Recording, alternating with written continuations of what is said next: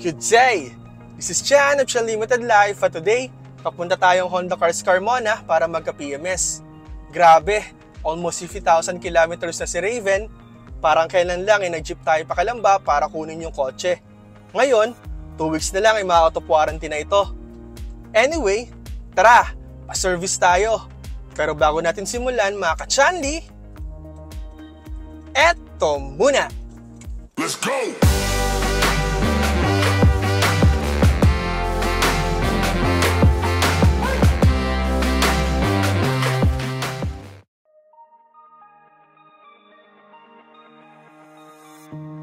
This is one of the best tip na mabibigay ko sa inyo mga ka-Chanli. Usually, this trick ay hindi alam ng mga new car owners unless may magpayo sa kanilang service advisor o may magtip sa kanilang kaibigan. So dahil nga almost 3 years na ang Honda City natin, meaning 2 weeks na lang ay ma-out of warranty na ito sa Honda, dinala natin ng mas maaga ang kotse sa kasa para ma-check nila ng gusto at ma-assess may something wrong ba sa kotse na pwedeng ipa-cover sa warranty. Iba-iba nga pala ang warranty period ng kotse. Ang standard ay 3 years or 100,000 kilometers tulad ng sa Honda City natin. Pero merong car brands na nag-o-offer ng up to 5 years, kaya adjust mo na lang ang PMS visit depende sa warranty period ng auto mo. Going back, dahil dinala natin ang kotse before mapaso ang warranty period, kung sakaling merong makita ang kasa, may enough time pa tayong mai-process o maipasok ito sa warranty. On the other hand, kung pina-PMS naman natin ang kotse ng at least 1 day after the warranty period, tas may nakita, unfortunately, di na yan pwede ipasok sa warranty. Meaning, tayo na maglalabas ng pera pag gusto natin ipagawa sa kasa. Kaya kung kaya mo naman dalahin sa kasa at least 2 to 3 weeks before ma-expire ang warranty period, dalhin mo na. Kasi this may save you thousands of pesos. Also, another tip, after 2.5 years PMS, simulan mo nang ilista ang lahat ng concerns mo sa kotse para mapasilip mo ito bago ma-out of warranty. Huwag mong i-ignore ang mga ugong, kalabog, langit-ngit, at iba pang tunog o bagay na sa tingin mo ay hindi normal sa kotse. Anyways, ito yung service quotation ng Honda Cars Carmona sa 2021 Honda City. 11,442 pesos ang quote ng Carmona for 3 years PMS ni Raven. Medyo mas pricey ito sa usual PMS nila. Pero bakit nga ba? Base sa warranty booklet, every 3 years nire-replace ang drive o serpentine belt ng Honda City. Ganun din ang brake fluid nito. Kaya medyo pricey ng konti ang 3 years PMS ng Honda City. Pero don't worry, di naman ito kasing mahal ng 2 years PMS na umaabot ng halos 20,000 pesos. So ano nga ba ang drive belt at brake fluid? A drive or serpentine belt is one long rubber belt along your car's engine that provides power to many vital components in your car like the alternator, power steering pump, air conditioning compressor, and sometimes the water pump. Sa katagalan, rumurupok ang drive belt dahil sa heat infection.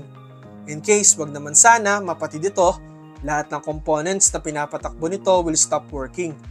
Even worse, pwede rin itong ika-overheat at ikasira ng engine.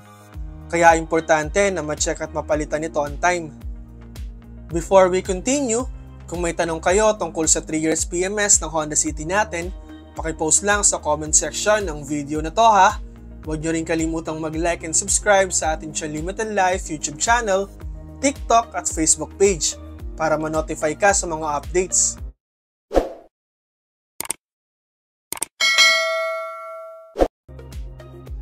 Brake fluid is a hydraulic corrosion-resistant substance that converts pedal force into stopping pressure in a vehicle's brake system.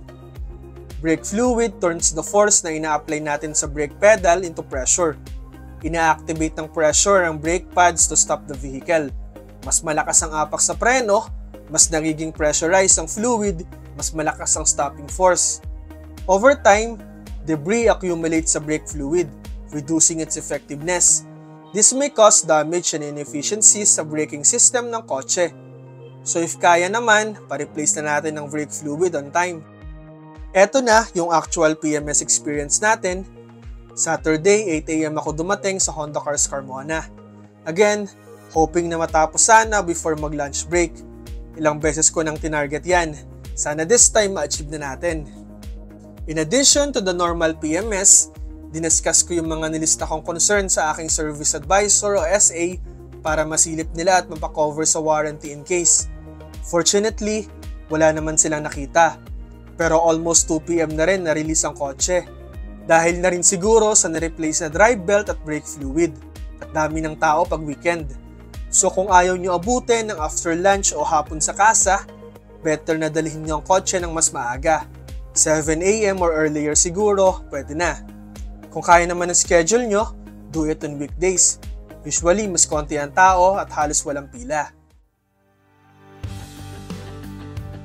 The most important question, magkano nga ba nagastos natin sa 3 years PMS ng Honda City? Kung maaalala nyo, ang initial quotation ng Honda Cars Carmona ay 11,442 pesos. Pero, bumaba pa ito sa 10,473 pesos. Again, mas mahal ito sa usual change oil ng PMS dahil nide-replace ang drive belt at brake fluid. Looking closer sa final billing, mapapansin natin na 518 pesos ang drive belt, tas 430 pesos naman ang brake fluid. Of course, hindi lang yan ang dagdag sa gastos. We need to pay additional labor din para ma-replace ang nasabing parts. Kaya umabot ang 3 years PMS natin sa tumataginting na 10,473 pesos. Ang good news, naka-discount naman tayo sa SA ng 969 pesos sa 3 years PMS natin. Kaya bumaba na lang sa less than 10,500 pesos ang binayaran natin.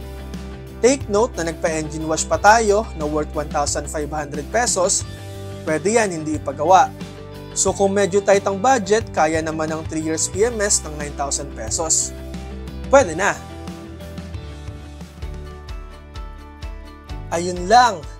I hope na nakatulong itong video na to. Thank you for watching this vlog. Don't forget to like and subscribe to my YouTube channel, Chalimited Life, and follow my other social media accounts for more related content. Hanggang sa susunod mga ka-chanli. Drive safely. Ingat!